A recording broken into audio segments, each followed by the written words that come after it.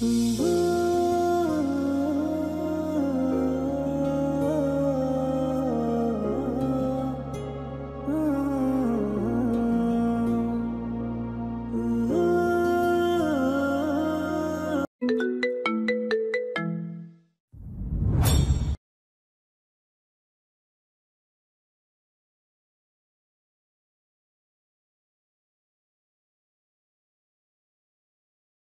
কাটা শেষ করে দুজনে যখন বাসায় ফিরল, ঝুমুর তখনও ওয়াহিদের কথাগুলো মনে মনে আওড়াচ্ছিল। শাড়ির ভাঁজ খুলতে খুলতে আয়নার দিকে তাকিয়ে দেখল ওয়াহিদের আনা চন্দ্রমল্লিকার ছোট্ট গুচ্ছটা এখনো চুলের পাশে সযত্নে লাগানো। হঠাৎ পেছন থেকে ওয়াহিদের গলা শোনা গেল, আমার চন্দ্রমল্লিকা, এত ভাবছে কেন? কিছু বলতে চাও? ঠিক তখনই পেছন থেকে ওয়াহিদ এসে দাঁড়ালো। ঝুমুর, আয়নার দিকে না তাকিয়ে কখনো নিজের চোখে নিজেকে দেখেছ?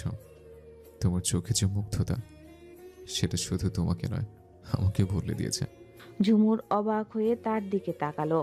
আপনি এত কথা বলেন আর আমি তো কিছুই বুঝি না। ওয়াহিদ মৃদু হেসে তার হাত ধরল। তুমি জানো না ঝুমুর, এই হাত ধরতে আমি কতটা দিন অপেক্ষা করেছি। তোমার প্রতিটা হাসি, প্রতিটা অভিমান, প্রতিটা কথার ভেতর আমি আমার পুরো জীবন খুঁজে পেয়েছি। ঝুমুর মাথা নিচু করে আস্তে বলল, কিন্তু আপনি তো কখনো আগে বলেননি, যদি না বলতেন। ওয়াহিদ তার চিবুক ছুঁয়ে চোখ তুলে ধরল। তোমার চোখে তাকালে সব বলে দেওয়া যায় ঝুমুর, তুমি জানো না, কিন্তু আমি প্রতিটা মুহূর্তে তোমাকে ভালোবেসেছি। এমনকি সেই দিনগুলোতেও যখন তুমি বুঝতে পারোনি। আজ তোমার চোখে নিজের ভালোবাসার ছায়া দেখতে পাচ্ছি, আর কিছু চাই না। ঝুমুর চোখ নামিয়ে ফিসফিস করে বলল, আমিও আপনাকে ভালোবাসি। ওয়াহিদ মৃদু হেসে তার কপালে আলতো করে চুমু দিল। এই ভালোবাসাটুকু সারা জীবন আমার সাথে থাকবে, তাই না? ঝুমুর লজ্জায় মাথা নিচু করে বলল, থাকবে।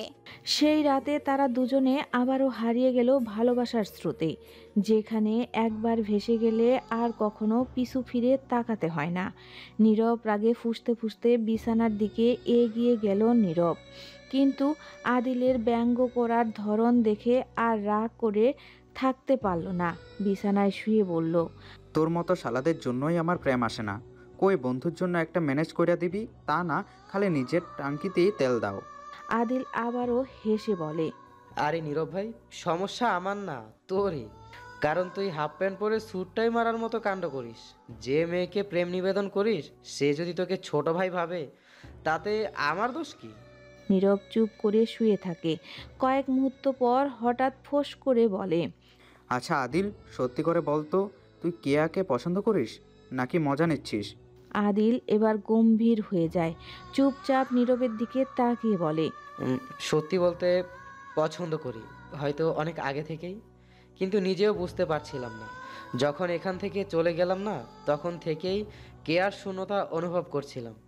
আশ্চর্যজনকভাবে ঝুমুরের কথা আমার একবারও মনে পড়েনি। তখনই বুঝেছি আমি আসলে ওকে ভালোই বাসতাম না। নীরব এবার খানিকটা নরম সুরে বলে, তাহলে তোদের ব্যাপারটা সিরিয়াস, তাই না? আদিল হাসে, তুই ভাবছিস সিরিয়াস আর আমি ভাবছি অ্যাডভেঞ্চার। দেখা যাক এই প্রেমের নৌকা ডুবায় না ভাসায়। দুজনে আবারও হেসে ওঠে। নীরব তার রুমের জানালার পাশে দাঁড়িয়ে আছে, হাতের চা ঠান্ডা হওয়ার প্রস্তুতি নিচ্ছিল। হালকা বাতাস এসে তার মুখে পড়ছিল, তবে আজ কিছুতেই শান্তি পাচ্ছিল না। আফরার কথা, তার মা, এই নতুন ঘটনাগুলো তার মন থেকে চলে যাচ্ছিল না। সকাল সকাল নীরব তার সপ্তাহ খানেক ধরে জমানো জামা কাপড়গুলো ধুয়ে ছাদে নিয়ে আসলো। নামার সময় শুনতে পেল আফরার কণ্ঠস্বর। আফরা তার মায়ের সঙ্গে ফোনে কথা বলছিল। সিঁড়ির ঘর থেকে রুমের ভেতরের কথা স্পষ্ট শোনা যায়। মা, তুমি তো জানো আমি এখনই বিয়ে করতে চাই। গ্র্যাজুয়েশনটা শেষ করি, তারপর না হয় কিছু একটা। এটা শুনে নীরবের মনটা হঠাৎ অস্থির হয়ে গেল। তার বিশ্বাসই হচ্ছিল না যে আফরার মা তার জন্য পাত্র ঠিক করেছে। আফরার প্রতি তার অনুভূতি কখনোই সে প্রকাশ করতে পারেনি। এখন আফরা অন্য একজনকে বেছে নিতে চলছে, এমন ভাবনাটা তার মনের ভেতরে হঠাৎ করে দাগ কেটে গেল। আফরার মা তো তার বিয়ের পাত্র ঠিক করে ফেলেছে। এটা ভাবতে ভাবতে নীরবের বুকের ভেতর ভারী কিছু এসে বসলো। তার মনে হতে লাগলো তার পক্ষে এখন আর আফরার কাছে যাওয়ার কোনো সুযোগ নেই। তার যে ভালোবাসা কখনোই আফরা জানবে না, সে ভাবনা নীরবকে ভীষণভাবে আঘাত করছিল। কিন্তু কিছুক্ষণ সেদিকে তাকিয়ে রইল। পেছন থেকে আসা কথাগুলো আরও কিছুটা স্পষ্ট হতে থাকলো। আফরা কিছুটা সময় নিয়ে উত্তর দিল, আচ্ছা মা, ঠিক আছে, আমি চিন্তা করে জানাবো। তবে এক মুহূর্ত তার চিরাচরিত নিঃশব্দতা নীরবের সব অনুভূতি উল্টাপাল্টা করে দিল। মনের মধ্যে এক অদ্ভুত কষ্ট তৈরি হলো। নীরব হাত থেকে চায়ের কাপটা সরিয়ে ফেলল। তার মনে হচ্ছিল এই মুহূর্তে আফরার প্রতি তার অনুভূতি আর আত্মবিশ্বাস কোনো কিছুতেই সমর্থন পাচ্ছে না। আফরার মায়ের ফোনের কথোপকথন শোনার পর সে বুঝতে পারল তার সামনে এখন এক কঠিন বাস্তবতা রয়েছে, যেখানে আফরার মন তার হাতে নেই। সকালটা ছিল একটু রোদেলা, হালকা ঠান্ডা হাওয়া বইছিল। কলেজ মাঠে দেখা হলো কেয়া, ঝুমুর, নীরব আর আদিলের। ঝুমুর হাসতে হাসতে বলে, কিরে, আজ সবাই এত সময় মতো হাজির কেন? কেয়া মুচকি হেসে বলল, অ্যাডমিট কার্ডের জাদু বুঝলি? পরীক্ষা না দিতে পারলে বিয়ে হবে না, আর আমার বিয়ে না হলে তোরা খালা মামা হবি কেমনে? তোদের কথা ভেবেই এখন পড়ালেখা করতেছি। বল, আমার মতো বন্ধু পাবি জীবনে? আদিল চোখ টিপে বলল, তোকে দেখে তো মনে হচ্ছে এডমিট কার্ড থেকে বিয়ের কার্ড নিয়ে বেশি উত্তেজনা। এইসব পড়ালেখা তো নস্যি। আমার তো এখনোই সেই কপাল পোড়া বান্দার জন্য কষ্ট লাগতেছে। কেয়া হেসে বলল, আচ্ছা তাই নাকি? তাহলে তার ভাগের কষ্ট তুই নিনিস। এই বলে কেয়া আর ঝুমুর হেসে লুটোপুটি খাচ্ছিল। আদিল গম্ভীর মুখে বলল, আমি কিন্তু স্বাধীনতা চাই, এইসব টিপ্পনি না। এদিকে নীরব একটু দূরে চুপচাপ দাঁড়িয়েছিল, মাথায় আফরার কথা ঘুরছিল। কেয়া সেটা লক্ষ্য করে কেয়া বলল, এই নীরব, তুই এত চুপ কেন? আরে ভাবিস না, তোকে দাওয়াত না দিয়ে বিয়ে করব।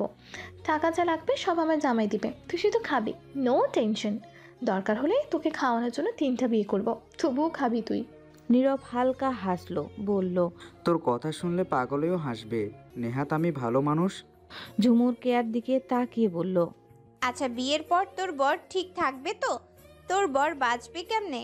কেয়া বলল, ঝুমুর, আমি কিন্তু খুব আদর্শ বউ হব। আমার বর আমাকে বিয়ে করবে, আমার দয়া পেয়ে বেঁচে যাবে। এই কথায় সবাই হেসে উঠল। আদিল বলল, সে নিজের বাঁচার উপায় নিজেই বের করবে, তোর দয়া ছাড়াই। এই হাসি ঠাট্টার মাঝে সময় যেন থেমে যায়। কলেজের মাঠের হাওয়ায় ভেসে যায় তাদের বন্ধুত্বের খুনসুটি, দুষ্টুমি আর ছোট ছোট আনন্দের মুহূর্ত। এই হাসি ঠাট্টার মধ্যেই ঘন্টার শব্দ শুনে সবাই সচেতন হলো। ঝুমুর বলল, চল তোরা অ্যাডমিট কার্ড তুলে নেই, তারপর আবার দেরি করলে ঝামেলায় পড়বো না। নীরব মাথা নেড়ে বলল, হ্যাঁ, ঠিক বলেছিস, পরে আবার স্যারদের কথা শুনতে হবে। এই খুনসুটি চলতে থাকলো। আর পাশ থেকে নীরব চুপচাপ দাঁড়িয়ে সবাইকে দেখছিল। তার মাথায় তখনও আফরার কথাটা ঘুরছিল। ঝুমুর সেটা লক্ষ্য করলো।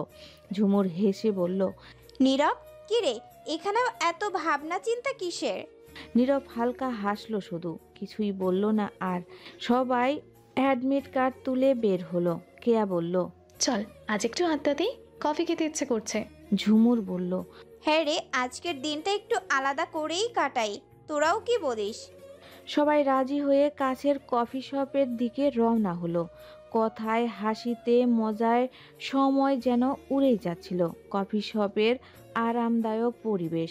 ঝুমুর, কেয়া, আদিল আর নীরব একসঙ্গে বসেছে। টেবিল জুড়ে তাদের হাসির রোল। কেয়া মেনু দেখে বলল, আরে এখন তো অনেক কিছু আছে। ঝুমুর, তুই কি এবারও তোর ফেভারিট চকলেট কফি নিবি? ঝুমুর মুচকি হেসে বলল, অবশ্যই, তবে তোকে বলছি তুই যা খাবি তাতে যেন আবার বেশি ঝাল না থাকে। মনে আছে আগের বার কি হাল হয়েছিল? নীরব সঙ্গে সঙ্গে বলল, হ্যাঁ মনে আছে। উফ, কেয়া যা করছিল না, মনে হয়েছিল ভূমিকম্প হয়েছে। কেয়া রেগে বলল, নীরব, তুই তোর মুখটা বন্ধ রাখবি? আর তুইও আদিলের মতো বেয়াদব হয়ে গেছিস। আদিল তাড়াতাড়ি বলল, দেখ, দোষ সব সময় আমার নয়, কেয়া নিজেই ঝামেলা বাঁধায়। এবার কফিতে মরিচ মিশিয়ে দেখব কি করে শান্ত থাকে। কেয়া চোখ বড় বড় করে বলল, তোর মতো লোককে কেউ বিয়ে করবে তা ভাবতেও অবাক লাগে। আর নীরব তোর কথাও কম নয়, তোদের দুজনের কথা শুনলেই আমার হাসি আসে।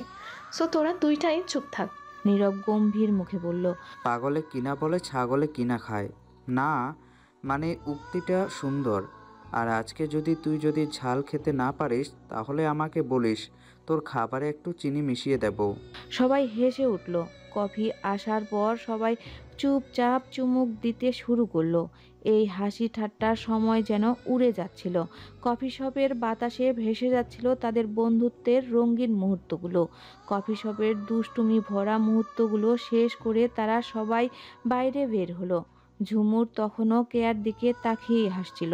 কেয়া রাগ ভাঙার ভান করে বলল, ঝুমুর, আর একবার যদি তুই আমার নামে কিছু বলিস তবে তোর মাথায় কফির কাপ ভাঙবো। নীরব সঙ্গে সঙ্গেই বলল, আহা, এমন দৃশ্য তো মিস করা যাবে না। আমি সঙ্গে সঙ্গে ভিডিও করে রাখবো, ভবিষ্যতে ঝুমুরকে ব্ল্যাকমেল করার কাজে আসবে। আদিল হাসতে হাসতে বলল, তবে তোর সেই ভিডিও তুই দেখতে পাবি না, কারণ কেয়া তোকে আগে ভাঁজ করে ব্যাগে ভরে নিয়ে যাবে। সবাই আবার হেসে উঠল। ঝুমুর বলল, আরে তোরা আমার আর নীরবের বিরুদ্ধে সবসময় চক্রান্ত করিস কেন? এবার থেকে তোরাই সাবধানে থাক। এদিকে নীরব কেয়ার দিকে তাকিয়ে বলল, আচ্ছা, তোর এই রাগ কোথায় থেকে আসে? ছোটবেলায় তোরে কেউ রাগ শেখাতো, নাকি তুই নিজেই আবিষ্কার করেছিস? কেয়া কিছু বলতে গিয়ে থেমে গেল। মুস্কি হেসে বলল, নীরব, তোর কথা শুনে আমার আর কিছু বলার ইচ্ছা হচ্ছে না। তোর জন্য একদিন সত্যি একটা করব, তখন দেখবি। আদিল সঙ্গে সঙ্গে বলল। কেয়া, আমি তোর পাশে দাঁড়াবো। নীরবের উচিত একটা শিক্ষা পাওয়া। নীরব কাজ ঝাঁকিয়ে বলল, তোরা মিলে যতই চক্রান্ত করিস না কেন, আমার কিছু হবে না। আমি তো আনন্দে আছি, কারণ তোদের এই ঝগড়াই আমার আসল বিনোদন। এই হাসি ঠাট্টার মাধ্যমেই সূর্যের আলো আর একটু স্লান হয়ে এলো। তাদের বন্ধুত্বের রঙিন মুহূর্তগুলো যেন দিনের শেষের আলোর মতো ঝলমলে। তারা সবাই মিলে ক্যাম্পাসের পথে এগিয়ে গেল। সবার থেকে বিদায় নিয়ে কলেজ গেট থেকে বের হতেই ঝুমুরের চোখ পড়ল কালো রঙের একটি গাড়ির দিকে। গাড়ির স্টার্টিংয়ে বসা ওয়াহিদ দূর থেকেই ঝুমুরকে দেখে এক হাত তুলে ইশারা করলো। ঝুমুর হালকা হাসি দিয়ে গাড়ির দিকে এগিয়ে গেল। গাড়ির দরজা খুলে বসে বলল, আপনি এখন এখানে? ওয়াহিদ হাসি মুখে বলল, হ্যাঁ, এখন ফ্রি আছে, তাই ভাবলাম তোমাকে নিয়েছে। চলো আজ কোথাও একটু ঘুরে আসি। গাড়ি ধীরে ধীরে চলতে শুরু করলো। ঝুমুর জানালার পাশে বসে কলেজের কোলাহল থেকে দূরে এক নির্জন স্বস্তি অনুভব করছিল। কয়েক মিনিট চুপচাপ থাকার পর ওয়াহিদ বলল, তোমার কলেজ কেমন ছিল আজ? অ্যাডমিট কার্ড পেয়েছো তো? ঝুমুর বলল, হ্যাঁ পেয়েছি। আজ অনেক দিন পর সবার সাথে দেখা হয়ে অনেক ভালো সময় কাটলো। কথার মাঝে হালকা হাসি মিশিয়ে বলল। আমরা এখন কোথায় যাচ্ছি? ওয়াহিদ কিছু না বলে মুচকি হাসলো। কিছুক্ষণ পর গাড়ি একটি রেস্টুরেন্টের সামনে থামলো। ঝুমুর অবাক হয়ে বলল, একটু আগেই কফি খেয়ে এসেছি, এখন আবার? ওয়াহিদ হেসে বলল, এখন বাসায় কেউ নেই, তাই ভাবলাম আজকে লাঞ্চটা বাইরে হয়েছে, চলো ভেতরে যাই। দুজনে রেস্টুরেন্টে ঢুকে একটি কর্নার টেবিলে বসে। মেনু দেখে ঝুমুর তার পছন্দ মতো খাবার অর্ডার দিল। পাস্তা, চিকেন গ্রিল আর প্রিয় ডেজার্ট চকলেট মুস। ওয়ালিদ বলল, আজকে অনেকদিন পর তোমাকে এত খুশি খুশি দেখা যাচ্ছে। পরীক্ষার পর হয়তো তোমরা আলাদা হয়ে যাবে, এক একজন এক এক জায়গায় চলে যাবে। ভালো হলো একসাথে কিছুটা সময় কাটালে। খাওয়ার সময় দুজনের মাঝে আরও হালকা গল্প হলো। কলেজের গল্প, ভবিষ্যতের চিন্তা আর জীবনের ছোট ছোট আনন্দের কথা। খাওয়া শেষ করে ওরা গাড়িতে উঠল। দুপুরের নরম রোদে গাড়ি বাড়ির দিকে ছুটে চলল। ঝুমুর জানালার বাইরে তাকিয়েছিল, আর ওয়াহিদ মাঝে মাঝে এক ঝলক তার দিকে তাকিয়ে মৃদু হাসছিল। দুজনের মধ্যকার এই মুগ্ধ সময় যেন থেমে থাকুক এমনই মনে হচ্ছিল। কলেজের ক্যাম্পাস থেকে সবাই তাদের বাসার পথে রওনা দিল। কেয়া আর আদিল একসাথেই হাঁটছিল। আদিল কেয়ার দিকে তাকিয়ে বলল, তোর বাসায় পৌঁছাতে যেতে যেতে একটু সময় তো লাগবেই। তুই কি আমাকে তোর বাড়ি পর্যন্ত আসতে বলবি? কেয়া মুচকি হেসে বলল, তুই তো সবসময় কিছু না কিছু বলছিস। বাড়ি পর্যন্ত আসার কি দরকার? তোর তো অজস্র কাজ আছে। আদিল হালকা শ্বাস নিয়ে বলল, আচ্ছা, এখন আমার কাজ। আর আমি সাথে আসতে চাইলেই যে বলিস আশা লাগবে না, আমি যেতে পারবো। তোরা মেয়ে মানুষ ঢং পারিসও ভাই। কেয়া হাসতে হাসতে বলল, হ্যাঁ, এসব ঢং আমাদেরই জন্য। আমরা করবো না তো কি তুই করবি?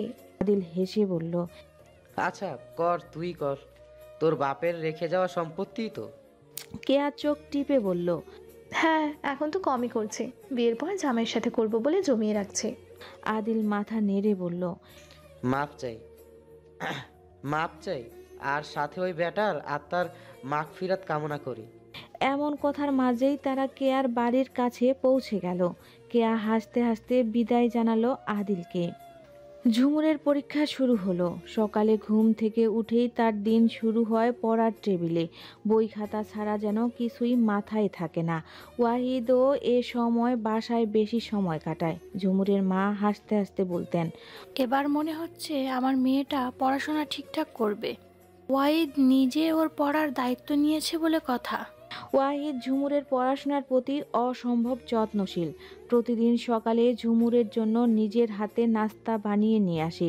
পড়ার ফাঁকে 1 চামচ মধু মিশিয়ে লেবু পানি কিংবা হালকা স্যুপ এনে বলে, খেয়ে নাও, মাথা ঠান্ডা থাকবে। পরীক্ষার সময় শক্তি থাকা দরকার। ঝুমুর মাঝে মাঝে রাগ করে বলে, আপনার এসব বেশি বেশি কেয়ার আমাকে আরও টেনশনে ফেলে দিচ্ছে। ওয়াহিদ হেসে বলতো, আমি কেয়ার করি বলে টেনশন বাড়বে? বরং এটা ভাবো, আমি আছি বলে তোমার টেনশন কমবে। ঝুমুর কোনো জবাব দিত না, চুপচাপ শুনে নেয়। রাতে ঝুমুর যখন দীর্ঘক্ষণ পড়তে বসতো, ওয়াহিদ তখন টেবিলের এক পাশে বসে থাকতো। কোনো জায়গায় সমস্যা হলে সঙ্গে সঙ্গে বোঝাতো। ঝুমুর বলতো, আপনার এত ধৈর্য কোথায় পেয়েছেন? ওয়াহিদ মৃদু হেসে বলতো, তোমার জন্য ধৈর্য দরকার ঝুমুর। তুমি আমার প্রথম, শেষ এবং একমাত্র প্রিয় ছাত্রী। একদিন পরীক্ষার আগের রাতে ঝুমুর খুব টেনশনে ছিল। ওয়াহিদ তার পাশে এসে বলল, কি হলো, এত চিন্তিত কেন? ঝুমুর বলল, কিছুই মনে থাকছে না, মনে হচ্ছে আমি সব ভুলে গেছি। ওয়াহিদ একটু এগিয়ে এসে বলল, তোমাকে একটা কথা বলি, তোমার মধ্যে এত ভালো প্রিপারেশন নিয়েও যখন কেউ এই কথা বলে, তখন সেটা শুধু অযথা চিন্তা। চলো একটু হাঁটতে যাই, মাথা হালকা হবে। দুজনে বাসার সামনে খোলা জায়গায় হাঁটতে বের হলো। ঠান্ডা হাওয়া বইছিল আর আকাশে ছিল অসংখ্য তারা। ঝুমুর একটু ভালো লাগা নিয়ে বলল, আপনি সবকিছু এত সহজ করে দেন জানেন। আমার পরীক্ষার এই সময়টা এত সুন্দর কাটবে কখনো ভাবিনি। ওয়াহিদ হেসে বলল, তোমার এই সুন্দর সময়টা আরো সুন্দর করতে চাই। তোমার স্বপ্ন পূরণ করার দিন আসছে, আর সেটা দেখার জন্য আমি সব সময় পাশে থাকবো। পরীক্ষার দিনগুলো এভাবেই কেটে যাচ্ছিল। ঝুমুর ওয়াহিদের এই যত্নের জন্য একদিকে কৃতজ্ঞ, আবার অন্যদিকে তার এই নিঃস্বার্থ ভালোবাসার প্রতি অজান্তেই বারবার মুগ্ধ হয়ে পড়ে। যদিও সে কিছুই প্রকাশ করত না, কিন্তু তার চোখের গভীরতায় সবটা স্পষ্ট হয়ে উঠত। এভাবেই জীবনের প্রতিটি অধ্যায় ওয়াহিদ যেন ঝুমুরের জন্য হয়ে উঠছিল এক অবিচ্ছেদ্য অংশ। 2 মাস কেটে গেল। নীরবদের পরীক্ষা শেষ হয়েছে, আর এখন সবাই কিছুটা অলস সময় কাটাচ্ছে।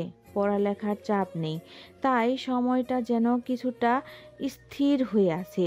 একদিন সন্ধ্যায় নীরব আর আদিল তাদের রুমে বসে কথা বলছিল। হঠাৎ দরজায় কড়া নাড়ার শব্দ হলো। নীরব উঠে গিয়ে দরজা খুলল।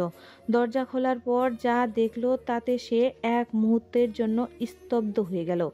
আফরা দাঁড়িয়ে আছে, হালকা শাড়িতে, চেহারায় যেন ক্লান্তি, কিন্তু চোখে ছিল এক অদ্ভুত দৃঢ়তা। নীরব অবাক হয়ে বলল, আপনি এখানে এতদিন পর হঠাৎ? আফরা চুপচাপ এক পা এগিয়ে এলো। তার চোখে ছিল এক ধরনের অপ্রতিরোধ্য স্পষ্টতা। কোনো ভনিতা ছাড়াই সে সরাসরি বলল, নীরব, আমি তোমাকে বিয়ে করতে চাই। বিয়ে করবে আমায়? নীরব যেন নিজের কানকেও বিশ্বাস করতে পারছিল না। সে কিছুক্ষণ স্থির হয়ে তাকিয়ে রইল। মনে হলো এ যেন কোনো স্বপ্ন। আদিল পাশ থেকে হাসতে হাসতে বলল, নীরব, স্বপ্নে নয় বাস্তবে যা দেখছিস। নীরব ধীর গলায় বলল, আপনি আপনি এটা সত্যি বলছেন? আফরা মৃদু হেসে বলল, হ্যাঁ নীরব, আমি অনেক ভেবেছি। তোমার মতো একজনকে আমার জীবনে খুব প্রয়োজন। জীবনে ভালো থাকতে হলে খুব বেশি টাকার প্রয়োজন নেই, আমি এটাও জানি। আমি আমার মায়ের পছন্দ করা পাত্র রেখে চলে এসেছি। নীরবের চোখ ভিজে উঠল। সে বলল, আপনি জানেন, আমি আজীবন শুধু আপনার জন্য অপেক্ষা করতে রাজি। আপনার বলা কথাগুলো আমার জীবনের সবচেয়ে বড় উপহার। আফরা হেসে বলল, তাহলে আর দেরি কেন? বলো, তোমার উত্তর কি? নীরব গভীর ভালোবাসায় বলল, হ্যাঁ, আমি আপনাকে বিয়ে করব, সব সময় আপনার পাশে থাকব। এই মুহূর্তে যেন তাদের চারপাশের সময় থেমে গেল। দুজনের চোখে ছিল পরস্পরের জন্য নিখুঁত ভালোবাসা আর আত্মবিশ্বাস। আদিল পাশ থেকে মজা করে বলল, এবার তো বিয়ের প্রস্তুতি নিতে হবে নাকি? নীরব হেসে বলল, হ্যাঁ, তবে সেটা ধীরে ধীরে। কিন্তু নীরবের কথায় ব্যাঘাত ঘটিয়ে আফরা বলে ওঠে, না নীরব, আমরা আজকেই বিয়ে করব। নীরব আফরাকে রুমে বসতে বলল। আফরা ক্লান্ত ভঙ্গিতে সোফায় বসলো। নীরব দ্রুত এক গ্লাস পানি এনে তার হাতে দিল। আফরা ধীরে ধীরে পান করছিল, যেন মাথার ভেতরে চিন্তাগুলো গুছিয়ে নিতে চাইছে। নীরব বলল, আপনার সিদ্ধান্ত এত তাড়াতাড়ি? বাড়ি থেকে পালিয়ে আসলেন কেন? আফরা শান্ত গলায় বলল, মা আমাকে তার পছন্দ করা ছেলেকে বিয়ে দিতে চেয়েছিলেন। আমি জানতাম ওটা আমাকে কখনো সুখ দেবে না। আমি তোমার কথা ভেবেই চলে এসেছি নীরব। যদি আজ বিয়ে না করি, মা নতুন অজুহাত দেখিয়ে আমাকে আবার সেই একই পরিস্থিতিতে ফেলবেন। আমি সেটা আর চাই না নীরব। নীরব কিছুক্ষণ চুপ রইল, তারপর বলল, ঠিক আছে, আপনি আমাকে ভরসা করেছেন, সেটা আমি কখনো ভাঙবো না। সে দ্রুত ঝুমুর আর কেয়াকে ফোন দিল। ঝুমুরকে বলল ওয়াহিদকে সঙ্গে নিয়ে আসার কথা। দুই বন্ধু অবাক হলেও কিছু না জিজ্ঞাসা করেই আসতে রাজি হলো। মিনিট কয়েকের মধ্যেই ঝুমুর ওয়াহিদকে নিয়ে এলো আর কেয়া একাই হাজির হলো। সবাই বসার পর নীরব পুরো বিষয়টা সংক্ষেপে জানালো। ঝুমুর বলল, আপনি আসলেই খুব সাহসী আপু, কিন্তু আমি বলবো আপনি সবচেয়ে ভালো সিদ্ধান্ত নিয়েছেন। কেয়া বলল, তাহলে দেরি কেন? কাজে অফিসে চল, আজকে সব শেষ করবি। ওয়াহিদ মাথা নেড়ে বলল, আমি গাড়ি নিয়ে এসেছি, চলো সব একসাথে যাই। সবাই মিলে কাজী অফিসে গিয়ে দ্রুত প্রয়োজনীয় কাগজপত্র তৈরি করলো। ছোট পরিসরে ঘনিষ্ঠ কয়েকজনের উপস্থিতিতে নীরব আর আফরার বিয়ে হয়ে গেল। বিয়ের পর সবাই মিলে ওদের বাসায় ফিরে এলো। কেয়া বলল, দেখ, আফরা আজ রাতে আমার কাছে থাকবে, তুই ফ্রেশ হয়ে রুমে চলে যা। কয়েকদিন পর থেকে না হয় নতুন জীবন শুরু করবি, তার আগে একটা আলাদা বাসা তো ঠিক করতে হবে। যতদিন না বাসা ঠিক হবে ততদিন আমার সাথেই থাকবে। নীরব কৃতজ্ঞতার হাসি হাসলো। আফরাকে কেয়ার সাথে পাঠিয়ে দিয়ে নিজের রুমে ফিরে এলো। বিছানায় শুয়ে পড়ার পর মনে হলো জীবনের এক নতুন অধ্যায় শুরু হলো। একটার ভরসা, একটা প্রতিশ্রুতি আর একসাথে পথ চলার শপথ। সব কিছুই যেন স্বপ্নের মতো সুন্দর। সবাই বিদায় জানিয়ে ঝুমুর আর ওয়াহিদ তাদের বাসায় ফিরল। রাতটা বেশ নীরব, চারপাশে শুধু হালকা হাওয়া, মৃদু শব্দ। ঝুমুর বারান্দার রেলিং ধরে দাঁড়িয়ে আছে। দূরের আকাশে জ্বলজ্বলে তারা আর পূর্ণিমার আলো তার মুখে পড়ে যেন আরো উজ্জ্বলতা ছড়াচ্ছে। ওয়াহিদ দুটো মগ কফির কাপ নিয়ে এসে ঝুমুরের পাশে দাঁড়ালো। কফির ধোঁয়া তাদের চারপাশে ছড়িয়ে পড়ল। ঝুমুর চুপচাপ কফি হাতে নিয়ে আকাশের দিকে তাকিয়েছিল। কিছু বলতে চাচ্ছিল, কিন্তু থেমে গেল। ওয়াহিদ একটু হেসে বলল, তোমার মুখটা তো গম্ভীর কেন? কিসের এত চিন্তা? ঝুমুর মৃদু হেসে বলল, না এমনি, সব কিছু কেমন যেন দ্রুত বদলে যাচ্ছে, আর ভাবছিলাম আজকের রাতটা ঠিক কতটা সুন্দর। কফি শেষ করে ঝুমুর আবার রেলিংয়ের হাত দিয়ে দাঁড়িয়ে পড়ল। ওয়াহিদ কাপ দুটো বেসিনে রেখে ফিরে এসে দেখলো ঝুমুর এক দৃষ্টিতে আকাশের দিকে তাকিয়ে আছে। সে ধীরে ধীরে পেছন থেকে ঝুমুরকে আলতো করে জড়িয়ে ধরল। তার কানের কাছে মুখ নিয়ে ফিস ফিস করে বলল, কি ভাবছো এত আমার চন্দ্রমল্লিকা? ঝুমুর লজ্জায় একটু হেসে বলল, না তেমন কিছুই না। ওয়াহিদ মুস্কি হেসে বলল, তাহলে তো আমার অধিকার আছে তোমার এই চিন্তা আর মুহূর্তটা আমার করে নেওয়ার। সে আলতো করে ঝুমুরের ঘাড়ে চুমু খেল। ঝুমুর শিহরিত হয়ে চোখ বন্ধ করলো। চারপাশে যেন এক মায়াবী পরিবেশ তৈরি হলো। পূর্ণিমার আলোয় তাদের মুখে এক ধরনের স্বর্গীয় ছাপ পড়ল। ওয়াহিদ মৃদু স্বরে বলল, চলো আজ তোমার সব চিন্তা আমি দূর করে দিই। ঝুমুর কিছু বলার আগেই ওয়াহিদ তাকে কোলে তুলে নিল। ঝুমুর লজ্জায় মুখ লুকায় ওয়াহিদের বুকে। ওয়াহিদ হেসে বলল, তোমার জন্য আমি সব করতে পারি, আজকের রাতটা শুধু আমাদের। কোলে করে তাকে রুমে নিয়ে গিয়ে ধীরে ধীরে বিছানায় শুয়ে দিল। তারপর তার চোখে চোখ রেখে বলল, আমার একান্তে এই চাঁদের আলোতে আমি বাকি জীবন হারিয়ে থাকতে চাই। ঝুমুর লজ্জায় মুখ ফিরিয়ে নিল আর ওয়াহিদ তার ঠোঁটে এক মৃদু চুম্বনের সিলমোহর এঁকে দিল। ঝুমুরের মেডিকেল ভর্তি প্রস্তুতির দিনগুলো যেন আরো কঠিন হয়ে উঠছিল। পরীক্ষার চাপ, নতুন বইয়ের বোঝা আর অনুশীলনের অগণিত প্রশ্ন ঝুমুরকে ক্লান্ত করে তুলছিল। তবুও ওয়াহিদ সব সময় তার পাশে ছিল, একদম অটল। সেদিন রাতের দিকে ঝুমুর একটু বিরক্তি নিয়েই বলল, আপনার এত আগ্রহে মনে হচ্ছে আমি ডাক্তার না হলে আপনি নিজের জীবন শেষ করবেন। ওয়াহিদ হেসে বলল, একদম ঠিক ধরেছ। তুমি যদি ডাক্তার না হও তবে আমার নিজেকে ভীষণ ব্যর্থ মনে হবে, একজন স্বামী হিসেবে, একজন প্রেমিক পুরুষ হিসেবে, একজন জামাতা হিসেবে। ঝুমুর চুপ করে তাকিয়ে থাকলো। ওয়াহিদের কথা বরাবরের মতো সরল, তবুও তার গভীরতা বিশাল। কয়েক মুহূর্ত চুপ থেকে ঝুমুর মৃদু স্বরে বলল, আমি যদি না পারি? ওয়াহিদও একটু দেরি না করে বলল, তাহলে নতুন স্বপ্ন বলবো, কিন্তু আমি তোমাকে কখনো ব্যর্থ হতে দেব না। ওই রাতেই ওয়াহিদ ঝুমুরের জন্য একটি সাদা বোর্ড নিয়ে এলো। তাতে ঝুমুরের পুরো সিলেবাস পরিকল্পনা লিখে ফেললো। বলল, এখন তোমার শুধু পড়াশোনা মনোযোগ ধরে রাখতে হবে, অন্য সবকিছু কয়েক মাসের জন্য আলবিদা। ঝুমুর ফোঁস করে নিঃশ্বাস ছাড়লো। ওয়াহিদের দিকে তাকিয়ে করুণ কণ্ঠে বলল, আচ্ছা বিয়ে করার বেনিফিট কি বলুন? মানুষ যে এত বলে বিয়ে করলে পড়াশোনা করতে হয় না, আমাকে কেন এত পড়াশোনা করতে হচ্ছে বলুন? আজকে আমার সব প্রশ্নের জবাব চাই চাই। ওয়াহিদ হাসতে লাগলো। আমি তো ছেলে মেয়েদের কি বেনিফিট তা আমি কি করে বলবো, তবে ছেলেদেরটা বলতে পারি। এই ধরো, প্রতিদিন ঘুমানোর সময় একটা জীবন্ত কোলবালিশ, একটা জীবন্ত রেকর্ডার, যেটা অনর্গল বাঁচতে থাকবে, যেটা থেকে মধুর সুর বের হয়। আবার সারাদিন বাইরে কাটিয়ে ক্লান্ত শরীর মন নিয়ে ঘরে ফিরলে এক বুক চন্দ্রমল্লিকার সুবাস। এদিকে আদিল যশোহরে ফিরে গেল তার বাবার ব্যবসার দায়িত্ব নিতে।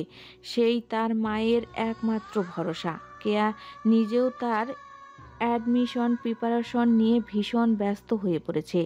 বাবার করা আদেশ, ভালো ইউনিভার্সিটিতে চান্স না পেলে বিয়ে দিয়ে দিবে। আর বিয়ে দিলে তো নিশ্চয়ই বাবার পছন্দ করা ছেলের সাথেই দিবে। সেই ভয়ে এখনও পড়াশোনায় লেগে আছে। না হলে কবে বিয়ে করে 3 বাচ্চার জননী হয়ে যেত।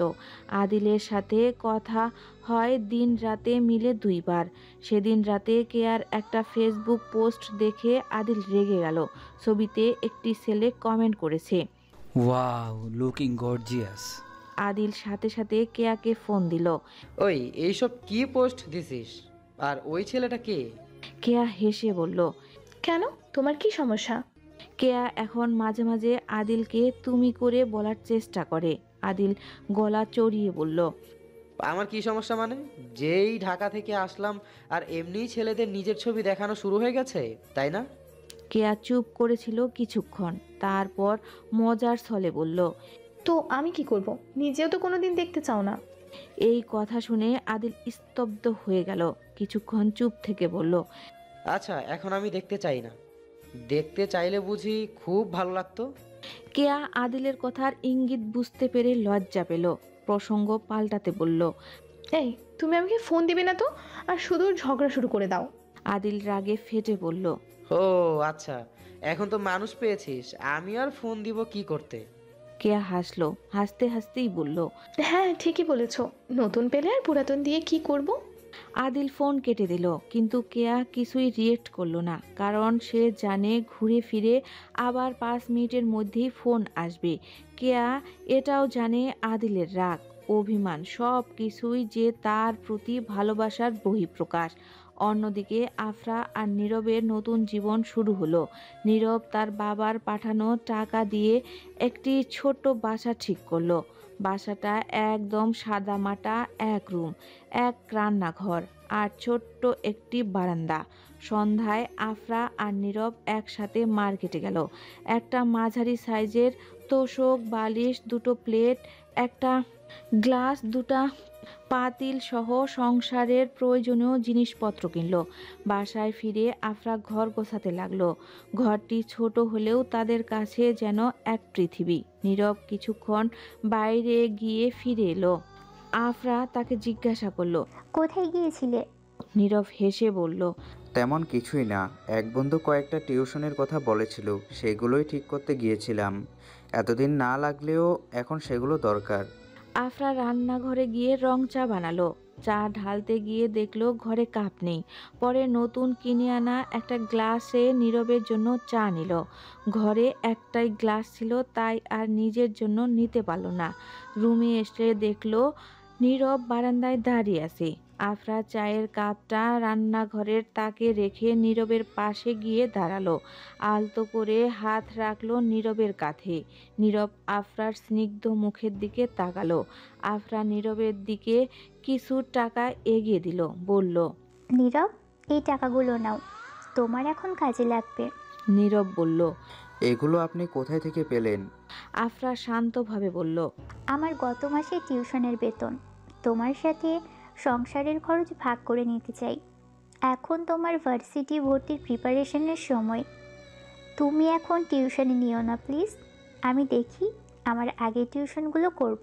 পরে ভার্সিটিতে ভর্তি হওয়ার পরে দেখো তুমি কোনো পার্ট টাইম চাকরি পাও কি না। নীরব কঠিন গলায় বলল, আমার কোনো টাকা লাগবে না, আপনি রেখে দিন এই টাকাগুলো। এই সংসারের খরচ সামলানো আমার দায়িত্ব। আফরা কিছু বলতে গিয়েও চুপ করে গেল। সে বুঝতে পারল নীরব তার জন্য সত্যি কতটা দায়িত্বশীল। আফরার মুখের দিকে তাকিয়ে নীরব বলল, আর কিছু বলবেন? তোমার জন্য চা বানিয়েছিলাম। ও আচ্ছা, চলুন একসাথে খাই। এই বলে নীরব রুমে গেল। রান্নাঘরের তাকের উপর থেকে গ্লাসে ঢেলে রাখা চাটা এনে বলল, কখন বানিয়ে রেখেছেন আগে বলবেন না? চা তো প্রায় ঠান্ডা হয়ে গেল। দাও, আবার গরম করে দিচ্ছি। নীরব সেই ঠান্ডা চায়ে চুমুক বসালো। আফরা আর কিছু বলতে গিয়েও বলল না, তাকিয়ে রইল নীরবের দিকে। এই ছেলেটার সাধারণ সব কিছুই এখন তার মুগ্ধ হয়ে দেখার মতো অসাধারণ লাগছে। নীরব অর্ধেক চা খেয়ে আফরার দিকে গ্লাসটা বাড়িয়ে দিল, বলল, আজকে একটু কষ্ট করে নেন, কালকে চায়ের কাপ কিনে আনবো। আফরা ভীষণ আশ্চর্য হলো নীরবের এই জিনিসটা খেয়াল রেখেছে এটা ভেবে। আফরা বলল, না না, তুমি খাও, আমি খাবো না। নীরব চায়ের কাপটা ফিরিয়ে নিল, শুধু বলল, ও আচ্ছা সরি, আমিও কেমন, আমার মুখেরটা আপনাকে খেতে দিচ্ছি। আফরা নীরবের হাত থেকে গ্লাসটা নিয়ে এক নিঃশ্বাসে চাটা খেয়ে ফেলল। নীরব বলল, এ কি, পুরোটা খেয়ে ফেললেন? আমার জন্য একটুও রাখলেন না?